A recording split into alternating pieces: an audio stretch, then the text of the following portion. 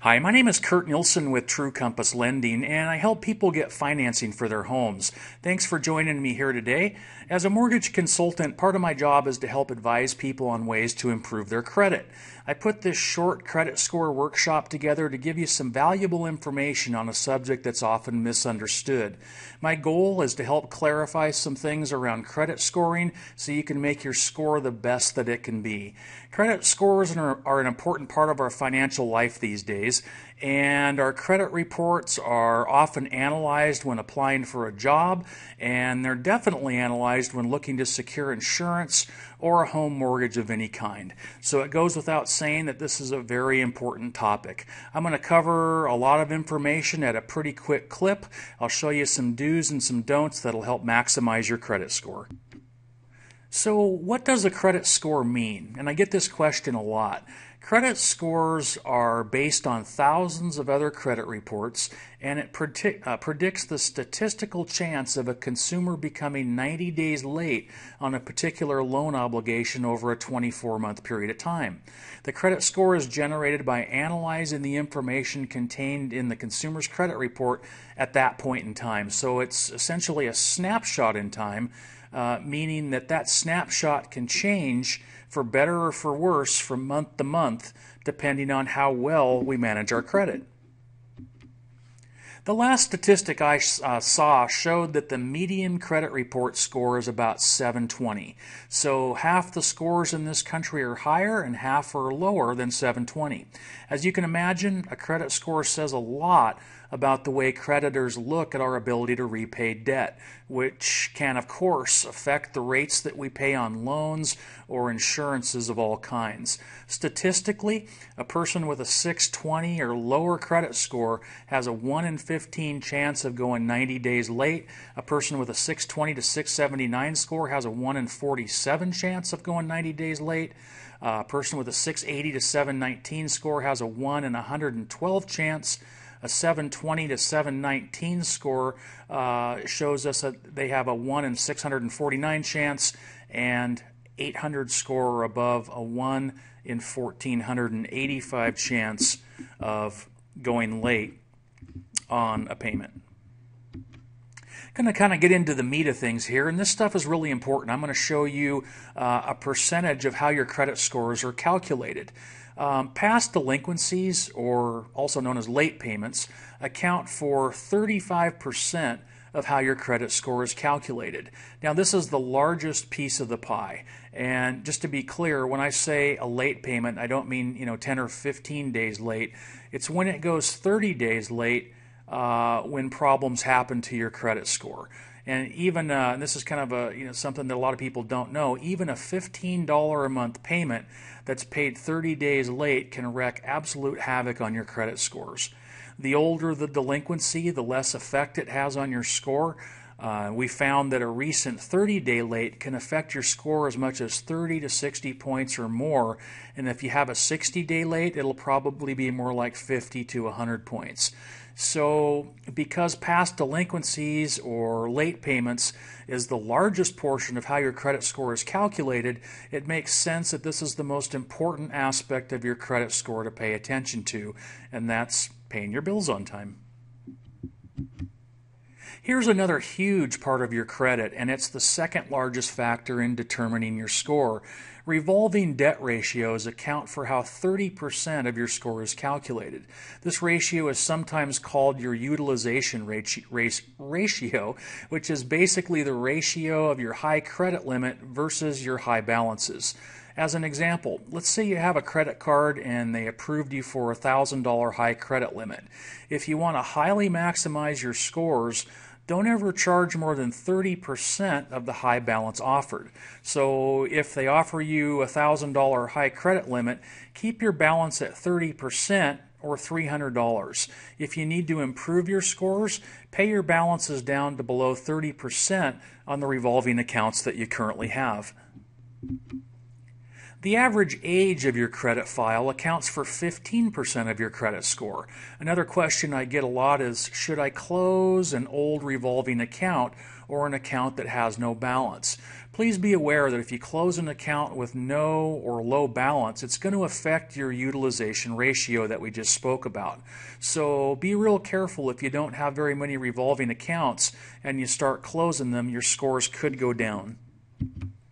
Your mix of credit affects about 10% of your score. And we know that if you have one or two installment or car loans such as that, 2 to 4 revolving accounts like credit cards, preferably with low balances, and 1 to 2 mortgages, this seems to be a real good mix of a credit balance. Last but not least, inquiries count as 10% of your score. Some things that you need to know here: when you pull your own credit, it does not affect your score. If you're shopping for a car or a mortgage, inquiries count as one credit pull for the next 45 days. So a real quick overview of the credit scoring components, and honestly, if you get nothing else from this workshop, please remember that past delinquencies or late payments and your debt ratio account for 65% of how your score is calculated. So paying your bills on time and keeping your balances at 30% or below of the high credit limit offered is crucial to your good scores. So now I'm going to cover the very best credit scoring tips that I know of.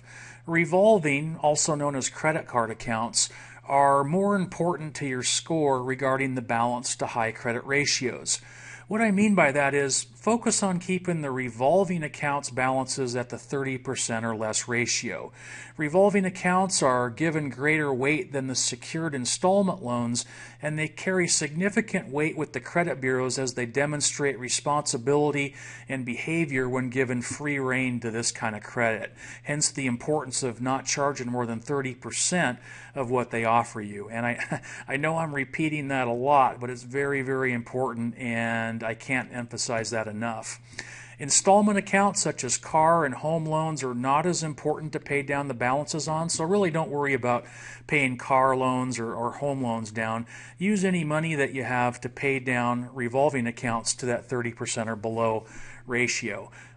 Mortgage lates will severely hurt your credit, so make sure that those are never 30 days late. And just kind of as a side note, adding a child as an authorized user to one of your revolving accounts can help their credit when they're just getting started.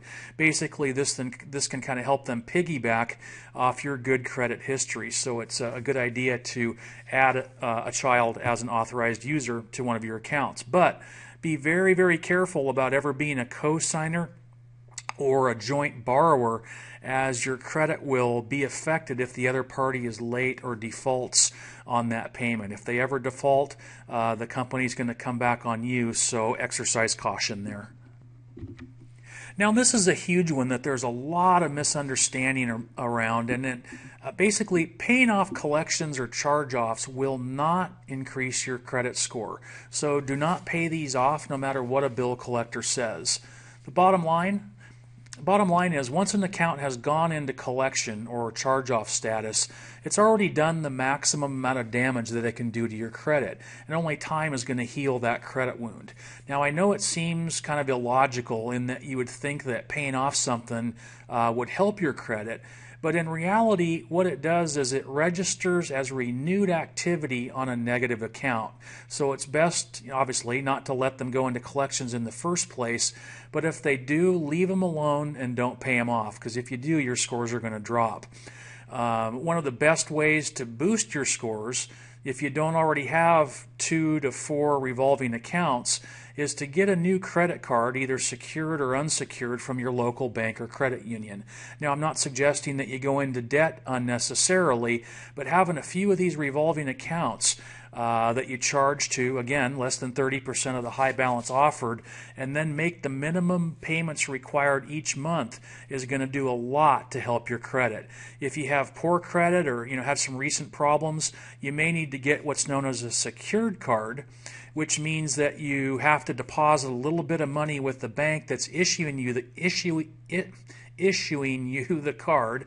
Use it lightly, keep the balances low, make the payments and repeat. Keep a low balance on the card at all times. Make each payment on time, every month, and this is going to definitely activate your credit file and help you build your scores very, very quickly. Don't close any old credit cards. This is going to help your debt utilization ratio. And remember that the debt ratio accounts for 30% of how your score is calculated. So don't worry about closing those older cards out. Also remember that the older the account is, the better it is, which gives you more history, which, as you recall, the history is 15% of how your score is calculated. What's really, really important is that you establish new positive credit, either using secured or unsecured credit cards after a bankruptcy or a series of negative events, collections, etc. Lenders want to see, kind of a new and improved track record of you being responsible with your credit after a negative event. Bad things happen to good people sometimes, but based on this information that I'm giving you, we can fix all that. Don't apply for a bunch of new cards to try to drive your scores up. This is going to increase the number of inquiries to your credit, and if you recall, inquiries account for 10% of how your credit score is calculated. As far as a proper mix of credit accounts is concerned, and don't get too hung up on this, but in general, 2 to 4 revolving accounts are okay. 1 or 2 auto loans are okay. If you start getting into 3 or more auto loans, it does start to hit your scores a little bit. 1 mortgage, or a first mortgage and a second mortgage, are okay. If you have 3 or more, that starts to hit your scores a bit. And try to keep your credit inquiries at 3 to 5 per year. So I know you've seen there's a lot of commercials out there touting free credit reports and blah, blah, blah. The only one, frankly, that we endorse, and the only website that's monitored by the Federal Trade Commission where you will not be charged for a copy of your credit report, is annualcreditreport.com. Not freecreditreport.com or all those other things that you see. It's annualcreditreport.com. So go there. You can get a copy of your credit report, as you're entitled by law to get a free copy of your credit report every 12 months. So we're just about ready to finish up here, but the other thing I would suggest is go to the website optoutprescreen.com, and this is the official consumer credit reporting industry website to accept and process requests to either opt in or opt out of offers of credit or insurance. So go to optoutprescreen.com. By going in there and opting out of offers, this is usually going to cut down on your junk mail, and it's going to stop them from reselling any of your information, and in some cases it can actually help raise your credit scores as well. So that's it. You just got my very best advice on how to optimize your credit. I want to be a resource for you, so if you have any questions regarding home loans, getting approved for your home loan, credit questions, or anything at all, I'm just a phone call or an email away. There's never any cost or obligation for my advice. I adhere to a golden rule in my mortgage business, and that is that the advice and information that you get from me is the exact same that I would give my parents or my best friends. So thanks a lot for tuning in. I trust it was time well spent for you. Have a great day.